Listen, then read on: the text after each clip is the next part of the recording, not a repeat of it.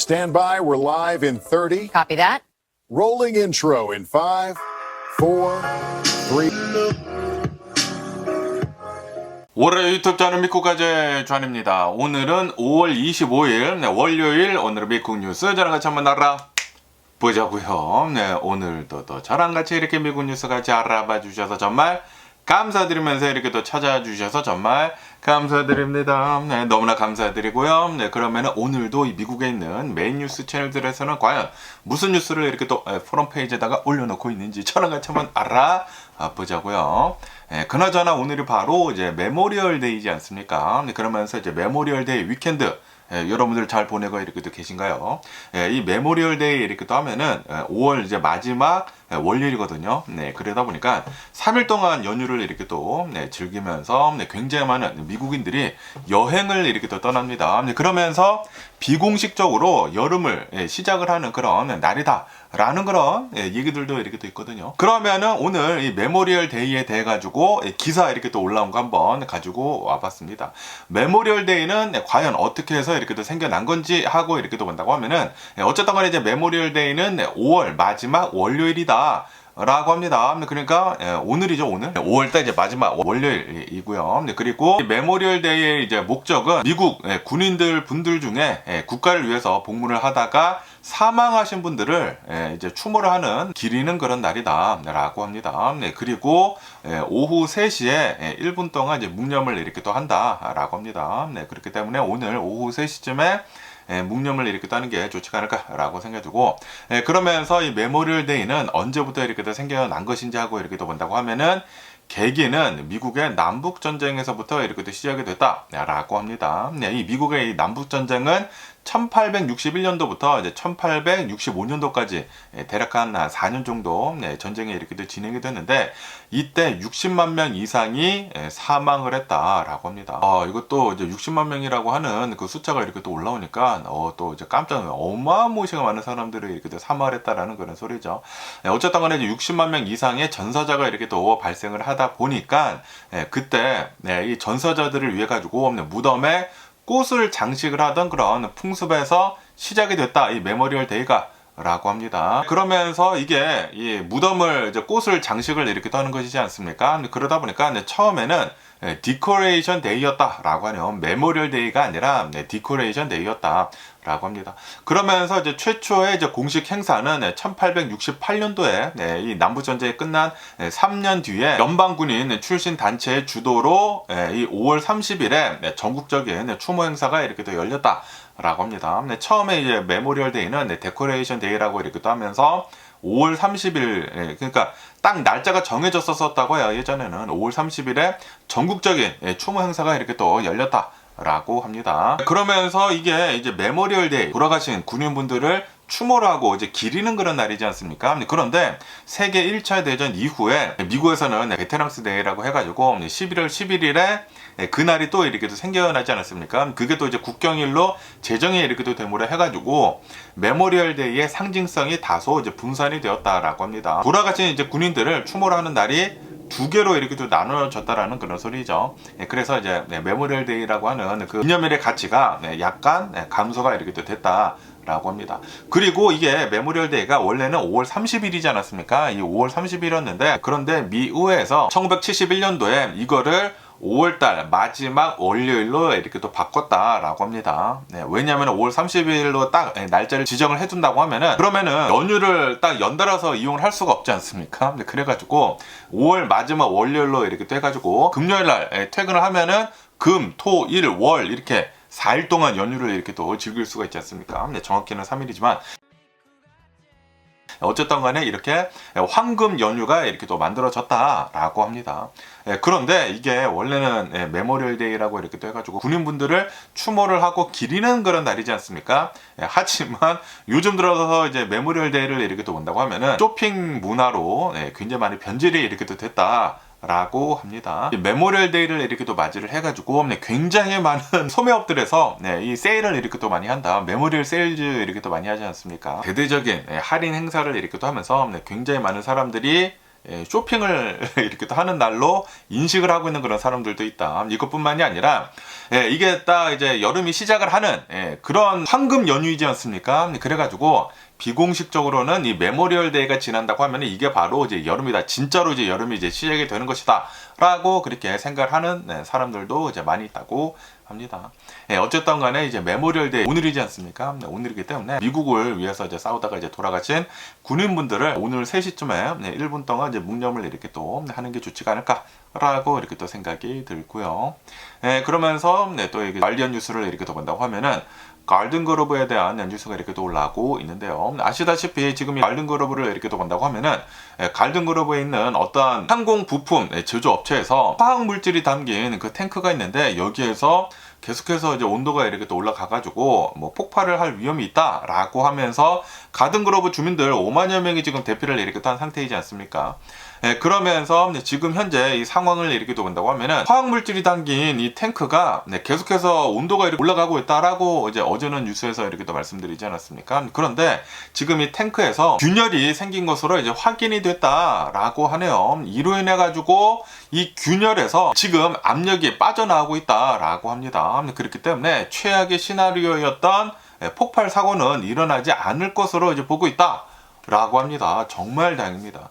이게 계속 이제 온도가 이렇게 또 올라가면서 그 안에 있었던 그 화학물질이 압력이 굉장히 세지고 온도가 계속 올라가게 된다고 하면은 이게 폭발할 수가 있었다고 하거든요. 이게 만약 폭발하게 된다고 하면은 진짜 엄청나게 큰일 날 뻔했다라고 합니다. 근데 그 주변이 굉장히 많이 파손이 될 것으로 이렇게 또 보여주고 있었다고 하거든요. 그런데 이제는 폭발은 되지는 않을 것 같고 지금 압력이 계속 이제 낮아지고 있다고 합니다. 이 금이 간 곳에서 계속 이제 압력이 이렇게 또 빠져나가고 있다 보니까 폭발을 하지 않을 것으로 이렇게 또 보여주고 있다고 합니다. 어쨌든 간에 이 탱크 안에 담겨 있는 그 화학물질을 이렇게 또 본다고 하면은 메타크릴레이트라고 하는 화학물질이라고 한다고 하면서 대략 한 6,000갤런에서 7,000갤런이 탑재가 되어 있다라고 합니다. 그리고 이 물질이 쏟아져 나온다고 하면은 지금 뭐 금이 가 있고 폭발을 할 위험은 없기는 없지만 그런데 이게 만약에 쏟아져 나온다고 하면은 그러면 이제 사람들이 만약에 이거를 흡입을 하게 된다고 하면은 심각한 호흡기 질환, 그리고 신경계 문제, 피부, 눈, 목, 통증을 유발을 이렇게 할 수가 있다라고 합니다. 그러면서 지금 현재 소방관들은 계속해가지고 물을 이렇게 또 뿌리면서 온도를 낮추려고 이렇게 또 하고 있다라고 합니다. 그리고 이제 드론을 이렇게 또 띄워가지고 계속해가지고 실시간으로 온도를 체크를 이렇게 또 하고 있다라고 합니다. 그러면서 이게 만약에 이제 폭발을 하지는 않더라도 유출이 된다고 하면은 바다로 흘러가지 않도록 이제 차단을 하기 위해 가지고 차단벽도 설치를 이렇게 또 했다라고 합니다. 어쨌든 간에 지금까지는 이 보고가 된 인명피해는 없다. 라고 합니다. 그리고 아직은 유출이 되지 않았기 때문에 오염 수치도 정상적이다. 라고 하네요. 오염 수치가 없다고 합니다.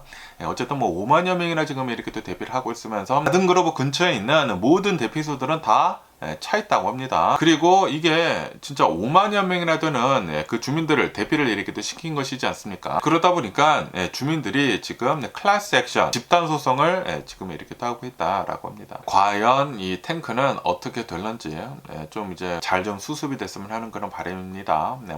대폭발 위험은 낮아졌다고 하니까 정말 다행이지 않나 라고 이렇게 또 생각이 들고요. 이제 조만간 돌아갈 수 있지 않을까 라고 생각이 듭니다.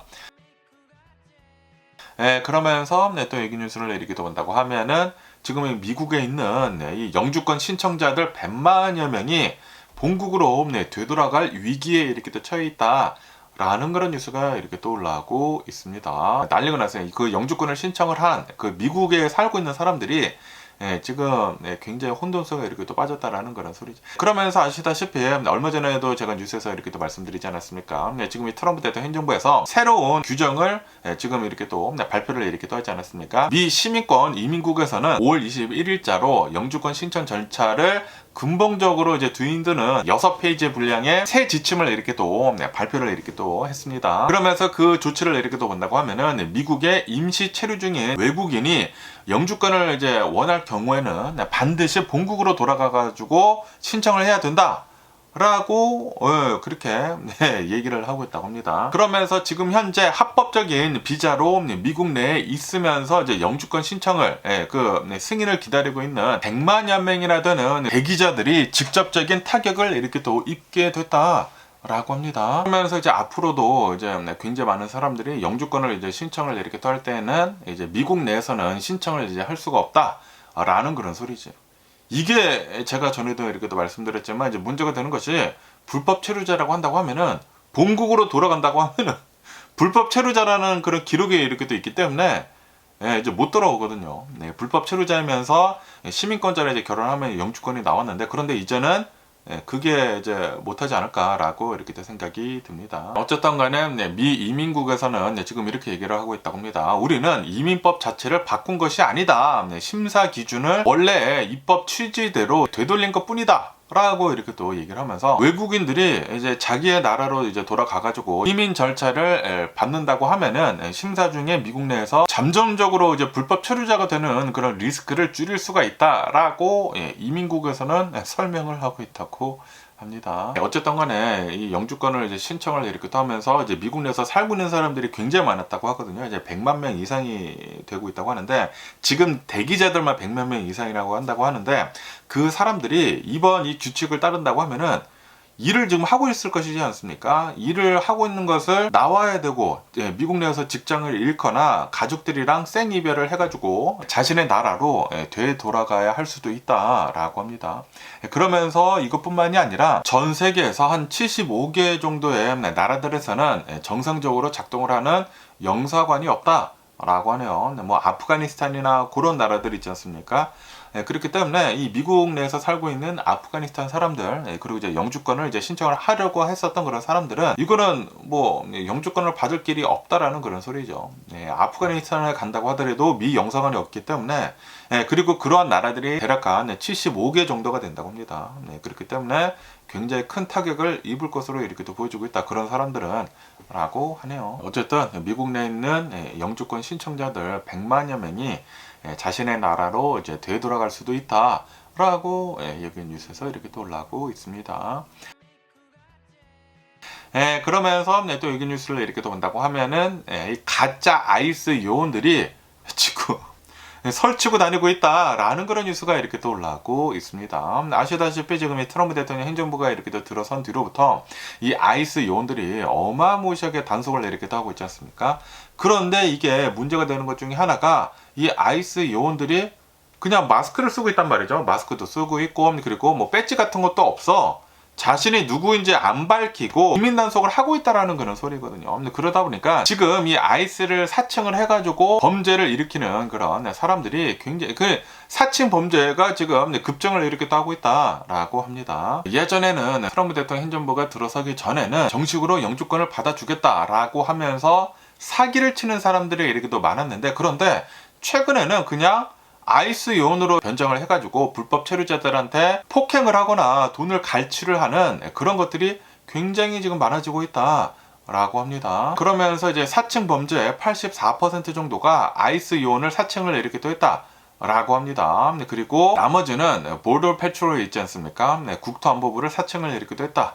라고 하네요. 그러면서 이 트럼프 대통령 행정부에서 그 아이스 요원들이 마스크를 쓰고 자신이 누군지도 밝히지도 않고 그렇게 행동을 이렇게 따고 있다 보니까 더 많은 범죄자들이 그거를 따르고 있다라는 그런 소리죠. 자기 얼굴도 가리고 신분도 가리고 아이스 요원 같이 이제 행동을 하게 된다고 하면은 사람들이 믿을 수밖에 없다라는 그런 소리죠. 그러다 보니까 굉장히 많은 불법 이민자들이 실제로 당하고 있다라고 합니다. 그리고 이러한 이제 불체자들은 자신의 신분이 제대로 되지 않다 보니까 이 경찰에 신고도 하지 못한다라고 합니다. 그러면서 범죄자들은 이러한 점을 정확하게 노려가지고 불체자들을 표적으로 이제 삼고 있다라고 합니다.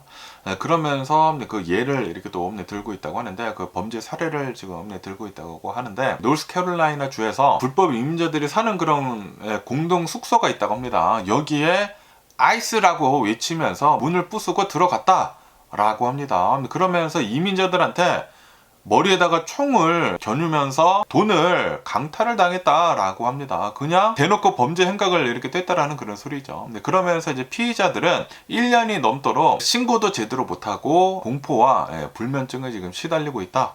라고 합니다. 이렇게 노스캐롤라이나주 뿐만이 아니라 필라델피아에서도 이러한 비슷한 일이 이렇게 또 일어났다 라고 합니다. 아이스 요원 조끼를 입은 어떠한 사람이 상점에 난입을 했다라고 하네요. 상점에 이제 들어가가지고 거기에서 일을 하고 있었던 이제 도미니카계 캐시어를 케이블 타이로 묶어두고 $1,000를 훔쳐서 달아났다. 라고 합니다. 그것뿐만이 아니라 뉴욕이나 노스캐롤라이나 주에서는 가짜 그 아이스 요원들한테 이제 성폭행을 당하는 그런 이 여성 불법 이민자들도 굉장히 많이 있었었다라고 합니다. 그리고 이제 플로리다에서는 아이스 요원을 사칭을 이렇게 하면서 불체자들을 잡겠다라고 하면서 그냥 라틴 아메리카계라고 하면은 이런 사람들을 뭐 추적을 하거나 아파트를 수색을 하는 그런 일도 있었었다. 라고 합니다. 그러면서 이런 일들이 이제 굉장히 많이 일어나고 있다 보니까 FBI에서는 경고를 이렇게도 하고 있다라고 합니다. 지금 이 아이스들이 마스크를 쓰고 신분을 노출을 하지 않고 단속을 이렇게도 하고 있다 보니까 모방 범죄가 어마무시하게 일어나고 있다. 그렇기 때문에 이거 이제 문제가 있다라고 이제 내부 보안 경고를 발행을 이렇게도 했다라고 합니다. 그리고 아시다시피 지금 뭐 민주당 주들에서는 지금 이 아이스 요원들이 마스크를 쓰고 신분 같은 것들을 이제 노출을 하고 있지 않다 보니까 이거 문제가 된다라고 하면서 특히 이제 캘리포니아 같은 곳을 이렇게 본다고 하면은 아이스 요원들이 이제 마스크를 착용을 할 수가 없고 신분을 이제 노출을 해야 된다라고 합니다. 그러한 법을 이제 통과를 이렇게 시켰다라고 하네요. 하지만 연방 법원에서 아직도 이것을 이제 막고 있어가지고 법안은 통과가 되기는 됐지만 실행을 하고 있지는 못하고 있다고 합니다. 어쨌든 간에 아이스의 입장은 이렇다고 해요. 지금 아이스 요원들에 대한 살해 협박이 8,000% 이상 급증을 했다라고 합니다. 그렇기 때문에 아이스 요원들의 안전을 위해서는 마스크 착용이 불가피하다. 그리고 신원도 이제 노출할 수가 없다라고 그렇게 얘기를 하고 있다고 합니다. 배지 같은 것들이 있기 때문에 만약에 물어본다고 하면은 배지를 보여줄 수는 있기는 있지만 그런데 마스크 착용 같은 것들이나 뭐 굳이 자신의 신분을 노출하지 않는다 라는 그런 소리죠. 그러면서 이제 전문가들은 이렇게 얘기를 하고 있다고 합니다. 가짜 아이스 요원이란 진짜 아이스 요원을 구분을 하는 방법은 아이스 요원들은 다 조를 짜서 돌아다닌다. 그렇기 때문에 내가 아이스 요원이야 라고 하면서 혼자 나와서 이렇게 하는 것은 가짜의 경우가 굉장히 많다 라고 하네요. 그리고 단속을 하는 그런 과정에서 막 욕을 막 엄청나게 하고 극단적인 그런 행동을 하고 그런 행동을 이제 보인다고 하면은 사칭범일 그럴 확률이 굉장히 높다 라고 합니다. 그러면서 이제 불체자라고 한다고 하더라도 만약에 이런 일을 겪는다고 하면은 경찰에 신고를 하는 게 좋다라고 얘기를 합니다. 그런데 자기가 불체자라고 하면은 신고를 하면은 또 이제 표적이 될 수가 있잖아요. 실제로 이제 아이스 요원들이 진짜 와가지고 잡아갈 수도 있지 않습니까? 그러다 보니까 지금 현재 트럼프 대통령 행정부가 있는 이에야 누가 신고를 할지 모르겠습니다. 어쨌든 간에 이 아이스 요원들, 사칭범들 때문에 이민자들 사회가 굉장히 공포에 이렇게 또 떨고 있다라는 그런 뉴스가 이렇게 또 올라오고 있네요. 그러면서 또 여기도 이제 엠펠 뉴스를 이렇게 또 본다고 하면은 제가 어제 뉴스에서 이렇게 또 말씀드리지 않았습니까? 아마도 어제죠. 어제 중으로 미국하고 이란의 평화 협상이 이루어질 수도 있다라고 이렇게 또 말씀드리지 않았습니까? 그런데 아직까지도 협상이 합의가 되지는 않았다라고 합니다. 어쨌든 간에 지금 트럼프 대통령이 이렇게 또 얘기를 하고 있는 것은 호르무즈 해협을 재개방을 이렇게 또 하기 위해 가지고 MOU를 거의 대부분 체결을 했다. 협상을 이렇게 또 했다.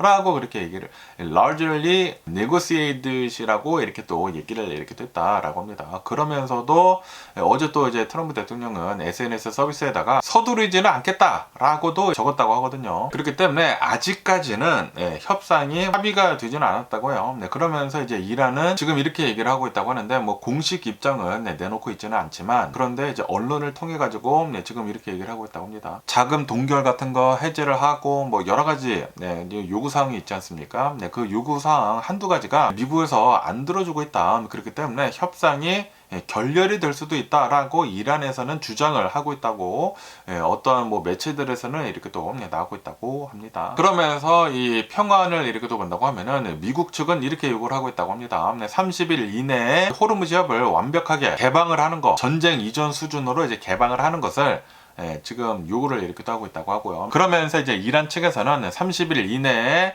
미국이 호르무즈 해협을 이제 막고 있는 거 있지 않습니까? 미국도 지금 막고 있지 않습니까? 미국도 이 호르무즈 해협 봉쇄를 완전히 해제를 하고, 그리고 이란의 자금을 동결을 일으키기도 하고 있는 것을 다 풀어줘라. 그리고 이스라엘이랑 레바논 이제 전쟁을 일으키기도 하고 있는 거 이것도 끝내라. 그러면서 이란이 석유 같은 거 이렇게 또 파는 것에 대해 가지고 이것도 이제 자유를 보장을 해라라는 것을 이제 요구를 일으키기도 하고 있다고 합니다. 하지만 그 핵 문제에 대해서는 요거는 60일 이내에 따로 이제 논의하자라는 그런 얘기들이 이렇게 또 나오고 있다고 합니다. 그러면서 지금 이스라엘에서는 이스라엘이랑 지금 레바논이랑 지금 싸우고 있잖아요. 지금 이스라엘이 뭐 거의 일방적으로 막 공격을 이렇게도 하고 있지 않습니까? 헤즈볼라를 이제 계속 이제 공격을 이렇게도 하고 있는데, 지금 이란에서 이렇게 요구를 이렇게도 하고 있는 것은 우리 이스라엘이랑 이제 레바논은 이 싸우는 것에 대해서는 얘기를 하지 말아라라고 이스라엘에서는 이렇게 얘기를 하고 있다고 하네요. 아마도 이스라엘은 계속해가지고 그 헤즈볼라를 완전히 전멸을 시키기 위해 가지고 계속 이제 공격을 하지 않을까라고 생각이 듭니다. 과연 미국하고 이란의 평화 협상은 잘 이루어질 수 있을지, 합의를 이렇게 볼 수 있을지, 내일도 안 될 것 같고 아마도 이제 이번 주 내로 이제 될 수도 있지 않을까라고 생각이 들기도 하는데, 과연 어떻게 될런지 이번 주도 이제 뉴스를 계속 잘 지켜봐야 할 것 같습니다. 그러면서 또 이 뉴스를 이렇게 본다고 하면은, 지금 이 에볼라가 아웃브레이크에 이렇게 되면서 계속해가지고 많이 이렇게 퍼지고 있지 않습니까? 그러면서 이제 WHO 치프가 이렇게 나와가지고 에볼라 확산 속도가 이제 방역 대응을 추월을 이렇게 하고 있다라고 하면서 지금 경고를 이렇게 하고 있다라는 그런 뉴스가 이렇게 올라오고 있네요. 지금 이 콩고 그리고 이제 우간다에서 계속해서 이제 에볼라가 이렇게 퍼지고 있다라고 합니다. 그리고 그 확산 속도가 대응 속도보다 더 빠르다라고 합니다. 그리고 지금까지 에볼라로 인해 가지고 사망한 사람들의 수가 220여 명을 돌파를 하고 있다라고 합니다. 아니 얼마 전까지 뭐 90여 명 정도라고 했는데 지금 이 에볼라 사망자가 더 빨리 이렇게 늘고 있다라는 그런 소리지. 지금 이 새로운 이 에볼라 변이라고 하거든요. 그리고 치사율이 좀 낮다고 해요. 그런데도 불구하고 사망자들이 계속 이렇게 또 많이 나오고 있다는 그런 소리는 엄청나게 빨리 이제 퍼지고 있다는 그런 소리죠. 그러면서 이러한 비난들이 계속 이렇게 또 많이 나오고 있다고 하는데, 감염 사례 발견이 늦어지면서 그 방역 당국이 뒤늦게 사태를 수습을 하고 있다라고 하면서 초동 대처가 나빴다라는 그런 얘기들이 지금 많이 이렇게 또 나오고 있다고 합니다. 그런데 이 에볼라라고 하는 이 바이러스가 예전부터 있기는 있었거든요. 예전부터 있기는 있었는데, 그런데 왜 이번 에볼라는 특별히 더 위험한지 하고 이렇게 또 본다고 하면은, 왜냐하면 이제 변이이기 때문이다 라고 합니다. 또 이제 새로운 변이, 이 에볼라 새로운 변이가 이렇게 또 나왔기 때문에 뭐 치료제나 뭐 백신 같은 것들이 없다. 그리고 전에도 이렇게 또 말씀드렸다시피 치사율이 좀 낮거든요. 다른 에볼라보다 치사율이 이렇게 또 낮기 때문에 더 빨리 퍼지고 있다 라고 합니다. 치사율이 높다고 하면은 퍼지기 전에 이제 사람들이 죽어나가기 때문에 잘 빨리 퍼지지가 않거든요. 그런데 치사율이 조금 더 이제 낮다고 하면은 더 많이 퍼진다라는 그런 소리죠. 그러면서 이제 사망자들이 더 많이 나올 수가 있다고 해요. 왜냐하면은 치사율이 낮으면서 더 많은 사람들이 감염이 되다 보니까 더 많은 사람들에서 치사율이 뭐 30%이기 때문에 더 많이 사람들이 지금 사망을 이렇게 하고 있다라는 그런 소리죠. 어쨌든 간에 이제 WHO에서는 지금 이 에볼라 퍼지는 게 심상치 않다라고 하면서 국제적 공중보건 비상사태를 선포를 이렇게 했다. 라고 합니다. 그러면서 이제 국제사회에 시급한 공조를 이제 요청을 한 상태이다 라고 하네요. 다른 나라들에서도 이거를 도와야 된다, 이러다가 이제 팬데믹이 될 수도 있다 라고 얘기를 하고 있다라는 그런 소리죠. 제발 좀 에볼라 잘 좀 빨리 잡았으면 하는 그런 바람이 있고요. 그러면서 이게 더 이코노미스트 잡지를 이렇게 또 본다고 하면은 미국에서는 프랜차이즈가 이제 굉장히 많이 이렇게 또 발달을 한 그런 나라이지 않습니까? 그러면서 이제 프랜차이즈로 굉장히 많은 백만 장자들이 나오고 있다. 카운틀레스, 그러니까 셀 수 없을 만큼 굉장히 많은 백만 장자들이 프랜차이즈로 인해 가지고 나오고 있다. 라는 그런 뉴스가 이렇게 또 올라오고 있습니다. 그러면서 프랜차이즈를 운영을 이렇게 또 해가지고 $1 빌리언 자산을 불린 그런 사람이 있어가지고 또 이제 기사도 이렇게 또 올라오고 있는데, 그레그 플린이라고 하는 사람이라고 한다고 합니다. 그러면서 이 사람이 프랜차이즈 운영을 이렇게 또 하고 있는데, 그 기업의 이름은 플린 그룹이라고 한다고 해요. 이 플린 그룹에서 국제 프랜차이즈 협회에서 명예 정당에 플린 그룹이 올라섰다 라고 합니다. 그러면서 이게 굉장히 역사적인 그런 사건이다라고 하네요. 왜냐하면은 이 국제 프랜차이즈 업체에서는 명예의 전당에 이렇게 오를 수 있는 그런 기업들은 뭐 맥도날드나 KFC 이런 대형 체인 본사만 이 명예 정당에 이렇게 또 올라갔었다고 하거든요. 그런데 이 플린 그룹을 이렇게 또 본다고 하면은 그냥 프랜차이즈 그룹이거든요. 그렇기 때문에 이게 굉장히 역사적인 그런 사건이다라고 합니다. 그러면서 이 그렉 플린을 이렇게 또 본다고 하면은 1999년도에 애플비 매장 8개로 시작을 했다라고 합니다. 그러면서 지금 현재 플린 그룹을 이렇게 또 본다고 하면은 세계의 나라에서 3개국에서 7개의 브랜드를 가지고 있으면서 3,000개가 넘는 프랜차이즈 매장을 운영을 이렇게 또 하고 있다라고 합니다. 애플비, 타코벨, 파네라, 피자헛, 웬디스, 플라넷 피트니스 이런 브랜드들을 가지고 있으면서 3,000개가 넘는 프랜차이즈 가게를 운영을 이렇게 또 하고 있다라고 합니다. 그러면서 이 순 자산은 10억 달러, 1 빌리언 달러를 돌파를 했다라고 합니다. 그러면서 이제 세계 최초로 프랜차이즈 출신의 빌리어네어가 이렇게 나온 것이다 라고 합니다. 그러면서 이 그렉 플린을 이렇게 또 본다고 하면은 1994년도에 스탠퍼드 MBA를 졸업을 이렇게 또 했다고 합니다. 그러면서 그 당시에는 그 IT 붐이 이렇게 또 일어났다고 하거든요. 그래가지고 실리콘밸리에서 이제 많은 뭐 투자를 하거나 뭐 그런 것들을 뭐 일을 하거나 그랬는데, 그런데 그렉 플린은 다른 길을 선택을 했다라고 합니다. 레스토랑 창업을 이렇게 또 하는 비즈니스로 이제 뛰어들었다, 프랜차이즈로 이제 뛰어들었다 라고 하네요. 그러면서 직접 브랜드를 창업을 하는 대신에 리스크를 줄여가지고 프랜차이즈들을 이제 인수를 하거나 운영을 이렇게 또 해가지고 덩치를 이렇게 또 키웠다라고 합니다. 그러면서 지금 이 기사에서 이렇게 또 본다고 하면은 지금 이 2026년도를 이렇게 또 본다고 하면은 뭐 AI 스타트업들이나 뭐 이런 데다가 어마무시한 투자를 이렇게 또 하고 있지 않습니까? 뭐 IT 기업, 뭐 기술 기업들, 반도체 기업들 이런 데다가 투자를 이렇게 하고 있는데, 그런데 미국에서는 이런 프랜차이즈 가맹점들에 이제 투자를 이렇게 또 해가지고 조용하게 막대한 부를 쌓는 그런 사람들이 굉장히 많다. 밀리어네어들이 프랜차이즈를 통해 가지고 굉장히 많이 이렇게 또 나오고 있다라고 이 기사에서는 이렇게 또 올라오고 있습니다. 어쨌든 이 프랜차이즈를 이제 운영을 해가지고 자산이 1 빌리언 달러가 넘어섰대요. 10억 달러가 넘어섰다고 합니다. 야, 대박이지 않나 라고 생각이 듭니다. 3,000개가 넘는 매장을 이 사람은 운영을 하고 있다. 와, 대박입니다. 이런 뉴스도 이렇게 또 올라오고 있고요. 그러면서 여기도 이제 가디언 뉴스를 이렇게 또 본다고 하면은 지금 이 LA를 이렇게 또 본다고 하면은 굉장히 많은 딜리버리 로봇들이 돌아다니고 있거든요.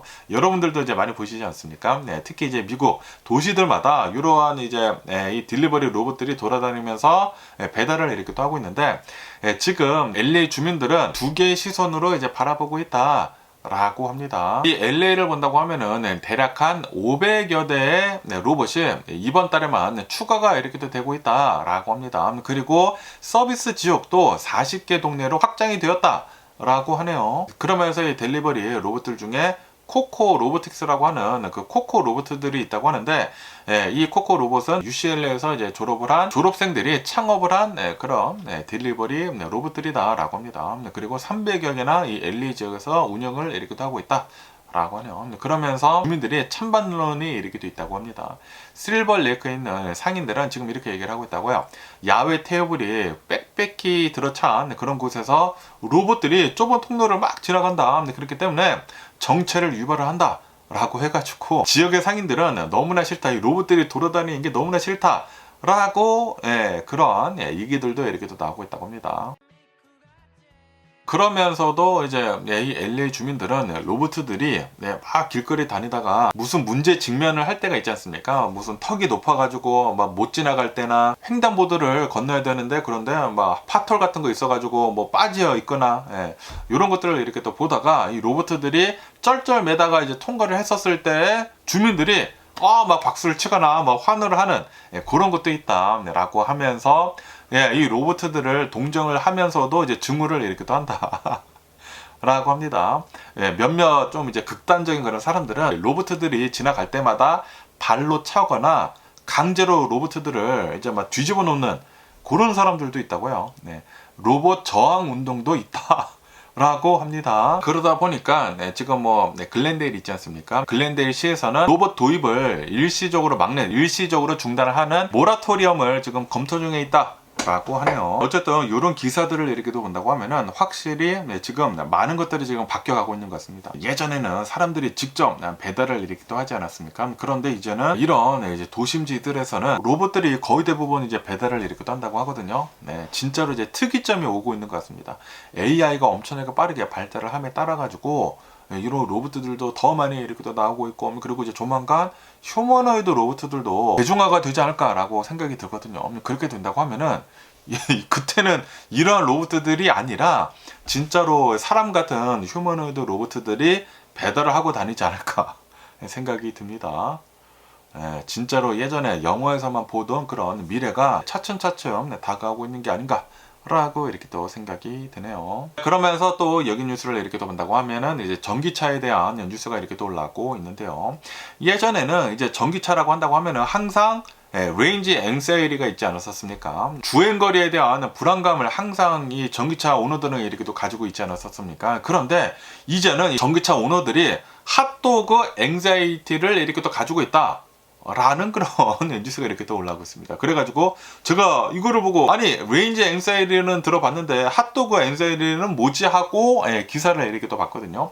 그러면서 이게 기사를 이렇게 또 본다고 하면은 예전 같은 경우로 본다고 하면은 예전에는 이 전기차들을 이제 충전을 이렇게 또 할 때 10%에서 이제 80%대까지 충전을 할 때에는 대략 한 30분에서 40분 정도가 걸렸다. 그렇기 때문에 전기차 오너들은 충전할 때 레인지 앵사이티를 이렇게 또 가지면서 만약에 멀리 여행을 간다고 하면은 좀 이제 많이 기다리는 그런 게 있지 않았습니까? 그래가지고 주행거리에 대한 불안감을 이렇게 또 가지고 있었는데, 그런데 최신 전기차들을 이렇게 또 본다고 하면은 충전 속도가 거의 2배가량 이렇게 또 빨라졌다라고 합니다. 그렇기 때문에 예전에는 30분에서 40분 걸리던 게 이제는 15분에서 20분밖에 걸리지가 않는다 라고 하네요. 최신 전기차들을 이렇게 또 본다고 하면은 800V 고전화 시스템을 이용을 한다 라고 하네요. 예전 전기차들을 이렇게 또 본다고 하면은 400V 시스템을 이용을 했다고 하거든요. 그런데 이거를 2배를 늘린 800V 시스템을 지금 이용을 이렇게 또 하고 있다라는 그런 소리지. 그러다 보니까 급속 충전을 이용을 이렇게 또 하게 된다고 하면은 배터리를 10%에서 80%대까지 충전을 하는데 15분밖에 걸리지가 않는다 라고 합니다. 그리고 BMW 같은 경우로 본다고 하면은 BMW는 10분 충전으로 185마일을 충전을 한다 라고 합니다. 어마무시하게 충전이 빨라지고 있다라는 그런 소리지. 그러면서 이제 머세데스 벤츠 GT를 이렇게 또 본다고 하면은 600kW로 이제 충전을 이렇게 또 해가지고 11분 만에 10%에서 80%대까지 충전을 할 수가 있다 라고 합니다. 그렇기 때문에 이제는 레인지 앵사이리는 없어지고 이제 핫도그 앵사이리가 이제 생겨나고 있다라는 그런 소리지. 그러면서 핫도그 앵사이리가 뭔지 하고 이렇게 또 본다고 하면은 이제 충전소에 가가지고 이제 충전기를 꽂아 놔가지고 예전 같은 경우로 본다고 하면은 30분에서 40분 동안 차를 충전을 해야 하기 때문에 어디 음식점에 들어가가지고 뭐를 먹는다라는 그런 소리지. 좀 제대로 된 음식을 먹을 수도 있었다라고 합니다. 하지만 이제는 핫도그밖에 못 먹는다. 핫도그를 빨리 먹어야지만 15분 안에 핫도그를 먹고 차를 이제 충전기에서 뺄 수가 있다라는 그런 소리지. 이게 충전기를 꽂아두게 된다고 하면은, 그리고 충전을 굉장히 빨리 하게 된다고 하면은 5분 안에가 빼야 되거든요. 5분 안에 못 빼게 된다고 하면은 1분마다 막 차지가 붙어요. 그렇기 때문에 핫도그 앵사이티가 생겨나게 된 것이다 라고 하네요. 불필요하게 충전을 더 오래 하게 된다고 하면은 페널티가 굉장히 많이 이렇게 또 붙기 때문에 이제는 레인지 앵사이티가 아니라 핫도그 앵사이티로 지금 바뀌고 있다 라고 합니다. 그러면서 이것들은 모든 전기차에는 해당이 되는 것이 아니다 라고 합니다. 최신 전기차들 그리고 고급 전기차들에만 전기차 아키텍처가 800V이지 거의 대부분의 전기차들은 400V이다 아직도 라고 합니다. 그러면서 보급형 이 전기차들 중에서는 800V 시스템은 현대 아이오닉 5나 기아 EV9 이런 것들만 800V 시스템이다 라고 합니다. 현대 기아가 보급형 그런 자동차들 중에서는 어마무시하게 뛰어난 그런 기술을 이렇게 또 가지고 있다라는 그런 소리죠. 하지만 거의 대부분 차량들을 이렇게 또 본다고 하면은 테슬라를 포함을 해가지고 800V 시스템이 아니라 좀 이제 낮은 뭐 400V이다. 그렇기 때문에 아직도 거의 대부분의 전기차들은 10%에서 80%대까지 충전을 하는 데 있어가지고 30분에서 40분이 걸린다라고 합니다. 그렇기 때문에 그러한 전기차들은 아직도 이제 레인지 앵사이리가 있다라는 그런 소리죠. 하지만 최신 전기차들을 이렇게 또 본다고 하면은, 그리고 뭐 현대기아 전기차들을 이렇게 또 본다고 하면은 800V 시스템을 이렇게 또 이용을 하고 있기 때문에 15분이면은 10%에서 80%대까지 충전을 할 수가 있다라는 그런 소리죠. 어쨌든 지금 이 전기차들도 굉장히 빠르게 발전을 이렇게 또 하고 있으면서 이제는 진짜로 이제 뭐 기름차 같은 것들 안 타도 되는 게 아닌가 라고 이렇게 또 생각이 듭니다. 그러면서 또 여기 뉴스를 이렇게 또 본다고 하면은 지금 유가가 계속해가지고 급락을 이렇게 또 하고 있다라는 그런 뉴스가 이렇게 또 올라오고 있습니다. 지금 미국하고 이란이 평화 협상을 아마도 합의를 볼 것 같다라는 그런 뉴스들이 이렇게 또 많이 올라오고 있지 않습니까? 그러다 보니까 이제 호르무즈 해협이 개방이 될 것 같다라고 얘기들이 이렇게 또 나오고 있어가지고 유가는 지금 급락을 이렇게 또 하고 있다 라고 합니다. 브렌트유를 이렇게 본다고 하면은 6%까지 폭락을 이렇게 또 해가지고 94달러를 지금 기록을 이렇게 또 하고 있다고 하고요. 그리고 WTI는 이것도 뭐 6% 정도 이제 하락을 이렇게 또 해가지고 91달러까지 떨어졌다. 라고 합니다. 그리고 이제 미국 평균 이제 가솔린 가격도 약간 하락을 해가지고 4달러 51센트를 기록을 이렇게 또 하고 있다. 라고 하네요. 그러면서 이제 주식시장을 이렇게 또 본다고 하면은 유가가 이렇게 또 내려가고 있다 보니까 주식이 지금 상승을 이렇게 또 하고 있다. 라고 합니다. 뭐 미국은 오늘은 이제 메모리얼 데이이기 때문에 휴장을 이렇게 또 하고 있기는 있지만, 그런데 다른 나라들의 주식시장을 이렇게 또 본다고 하면은 유가가 이렇게 또 내려가고 있어가지고 지금 주식이 상승을 이렇게 또 하고 있다. 라고 합니다. 특히 이제 아시아 시장을 이렇게 또 본다고 하면은 강세를 이렇게 또 보여주고 있다. 라고 하네요. 일본이나 대만 증시가 3% 정도 급등을 이렇게 또 하고 있다. 라고 하네요. 어쨌든 내일 또 주식시장이 이렇게 또 열리게 된다고 하면은 뭐 별다른 악재가 없다고 하면은 주식은 내일 또 이제 급등을 이렇게 또 하지 않을까, 미국도 라고 이렇게 또 생각이 듭니다. 유가가 지금 내려가고 있어가지고. 그러면서 또 얘기 뉴스를 이렇게 본다고 하면은 지금 미국의 국제 관광객이 급감을 하고 있다라는 그런 뉴스가 이렇게 또 올라오고 있습니다. 그리고 이것은 트럼프 대통령 탓이 굉장히 크죠. 정치적인 갈등이 굉장히 많이 있고, 그리고 전쟁을 이렇게 또 하고 있어가지고 지금 이 미국에 대한 국제 관광객이 급감을 이렇게 또 하고 있다라고 합니다. 지금 이 미국의 관광객을 이렇게 또 보면은 20년 만에 최악의 감소세이다. 라고 합니다. 작년을 이렇게 또 본다고 하면은 미국을 찾은 외국인들의 관광객 수가 2024년도랑 비교를 해가지고 400만 명이 감소를 이렇게 또 했다. 라고 합니다. 이로 인해 가지고 관광 지출은 84억 달러가 감축이 되었다. 라고 하네요. 그런데 전 세계 여행 트렌드를 이렇게 또 본다고 하면은 글로벌 여행 트렌드는 오히려 지금 상승을 이렇게 또 하고 있다. 라고 하네요. 2025년도 전 세계 국제 여행객 수는 오히려 8천만 명이 증가를 이렇게 됐다라고 합니다. 하지만 오로지 미국만 전년 대비해가지고 5.5%가 감소를 이렇게 하면서 미국으로 여행을 오는 그런 사람들이 굉장히 많이 하락을 이렇게 하고 있다라는 그런 소리죠. 그러다 보니까 디즈니랜드도 타격을 이렇게 또 입고 있다. 라고 하네요. 이 디즈니사를 이렇게 또 본다고 하면은 실적 발표에서 해외 방문객들이 감소를 이렇게 또 하다 보니까 테마파크 방문객들이 1% 정도 이제 감소를 이렇게 됐다. 그리고 호텔 투숙률도 지금 하락을 이렇게 또 하고 있다라고 그렇게 발표를 이렇게 또 했다고 합니다. 그러면서 왜 관광객들이 미국을 찾지 않는지 하고 이렇게 또 본다고 하면은, 왜냐하면은 미국의 정치적인 문제 때문이다 라고 합니다. 트럼프 대통령의 엄청나게 강력한 이민 정책들, 이런 것들만 본다고 하더라도 미국에 여행 가면 안 되겠는데 라는 그런 생각을 하는 사람들이 많이 있다라는 그런 소리죠. 그것뿐만이 아니라 지금 이 트럼프 대통령을 이렇게 또 본다고 하면은 수많은 나라들한테 뭐 관세 매기고 있고 동맹국들한테까지도 막 후드로 패고 있지 않습니까? 그러다 보니까 특히 이제 캐나다 같은 곳을 이렇게 또 본다고 하면은 미국에 대한 보이콧을 어마무시하게 이렇게 또 많이 하고 있다라고 합니다. 캐나다에서 굉장히 많은 사람들이 미국을 이렇게 또 방문을 했는데, 그런데 캐나다인들의 이 미국 방문객들의 수가 어마무시하게 이렇게 또 줄었다라고 합니다. 그러면서 이제 캐나다인들은 어디로 가느냐? 멕시코로 이렇게 또 간다. 라고 하네요. 미국을 가는 대신에 그냥 멕시코로 뭐 칸쿤 같은 그런 곳으로 이렇게 또 간다라는 그런 소리죠. 지금 이 트럼프 대통령으로 인해 가지고 뭐 캐나다에다가 뭐 어마무시한 관세를 이렇게 또 매기고 캐나다는 뭐 51번째 미국 주다 그런 얘기를 이렇게 또 하지 않습니까?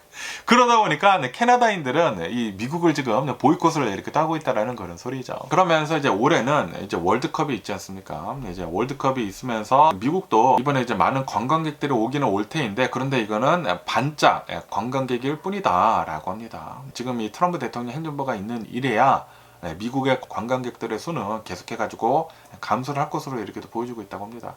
그러면서 이것들을 언제 다시 복구를 할 수 있는지 하고 이렇게 본다고 하면은 아마도 2029년도쯤 돼야지만 관광객들 수가 예전같이 이제 바뀔 것으로 이렇게 보여주고 있다라고 합니다. 다시 말해가지고 트럼프 대통령 행정부가 끝나야지만 이 미국의 관광객들 수가 다시 되돌아올 것으로 이제 보여주고 있다라고 합니다. 지금 이 트럼프 대통령으로 인해 가지고 전 세계 사람들이 미국을 별로 안 좋아하고 있습니다. 그러다 보니까 미국에 오는 그런 사람들 수도 엄청나게 지금 줄어들고 있다라는 그런 소리죠. 그러면서 또 이 뉴스를 이렇게 본다고 하면은 뉴올리언스 있지 않습니까? 뉴올리언스가 바다에 잠길 것이다 라는 그런 뉴스가 이렇게 또 올라오고 있습니다. 그러면서 이 기사를 이렇게 또 본다고 하면은 어떠한 뭐 과학 저널이 있다고 합니다. Nature Sustainability라고 하는 잡지가 있다고 하는데 여기에 어떠한 분석 자료가 이렇게 또 나왔다고 해요. 그러면서 이 분석 자료에 따른다고 하면은 뉴올리언스는 아마도 이번 세기 내에 요번 이제 100년 내에 물속에 잠길 것이다 라고 그렇게 얘기를 하고 있다고 합니다. 그러면서 이제 과학자들은 이러한 혼란을 이제 막기 위해 만약에 진짜로 이제 도시가 잠기게 된다고 하면은 혼란을 이렇게 또 맞이를 할 것이지 않습니까? 그렇기 때문에 이 대혼란을 막기 위해서는 뉴올리언스라고 하는 이 도시를 다른 데로 이주를 해야 된다라고 조언을 이렇게 하고 있다고 해요. 그러면서 왜 뉴올리언스가 바다에 잠기는지 하고 이렇게 또 본다고 하면은 뉴올리언스를 이렇게 또 본다고 하면은 분지이다 그릇 형태로 이렇게 또 돼가지고 거의 대부분의 지역들, 이 뉴올리언스 지역들이 해수면보다 낮다 라고 하네요. 그러면서 지금 기후변화가 계속 일어나고 있지 않습니까? 트럼프 대통령은 기후변화가 없다고 하지만 그런데 과학자들은 통계치를 보면은 기후변화가 진짜로 이렇게 또 일어나고 있다고 하거든요. 그렇기 때문에 해수면이 이제 앞으로 10피트에서 23피트까지 상승을 할 것으로 예측이 되고 있다. 라고 합니다. 그렇기 때문에 지금 남아있는 습지가 75%가 사라지고 그리고 해안선이 내륙으로 62마일까지 밀려올 수가 있다라고 합니다. 해안선이 62마일까지 밀려온대요. 와, 그러면은 뉴올리언스가 사라지게 된다라는 그런 소리죠. 그러면서 이제 뉴올리언스를 이렇게 본다고 하면은 2005년도에 그때 허리케인 카트리나가 지나가면서 그때 1,400여 명이 사망을 했다고 하거든요. 그 밖에도 굉장히 많은 집들이 사라지고 뭐 파괴가 되고 그래가지고 뉴올리언스의 인구의 한 25% 정도가 그때 도시를 많이 떠났다. 라고 합니다. 그러면서 대형 폭풍이 올 때마다 뉴올리언스는 인구가 급감을 하는 그런 현상이 계속 반복이 되고 있다라고 합니다. 그러면서 이런 현상이 계속 이렇게 또 일어나면서 이제 나중에 뉴올리언스가 실제로 해안선에 계속 밀리면서 잠기게 된다고 하면은 도시가 사라질 수가 있다. 그렇기 때문에 뉴올리언스라고 하는 이 도시를 빨리 이주를 해야 된다라고 이 기사에서는 이렇게 또 올라오고 있네요. 어쨌든 기후변화로 인해 가지고 실제로 도시가 사라질 수도 있다고 합니다. 100년 안에. 어쨌든 뭐 이런 뉴스도 이렇게 또 올라오고 있으면서 그러면서 오늘 제가 본 미국 뉴스는 여기까지고요. 오늘도 제 영상 끝까지 시청해 주셔서 정말 감사드리고 항상 건강하시고 행복하세요. 그럼 안녕히 계세요. 그리고 내일 봐.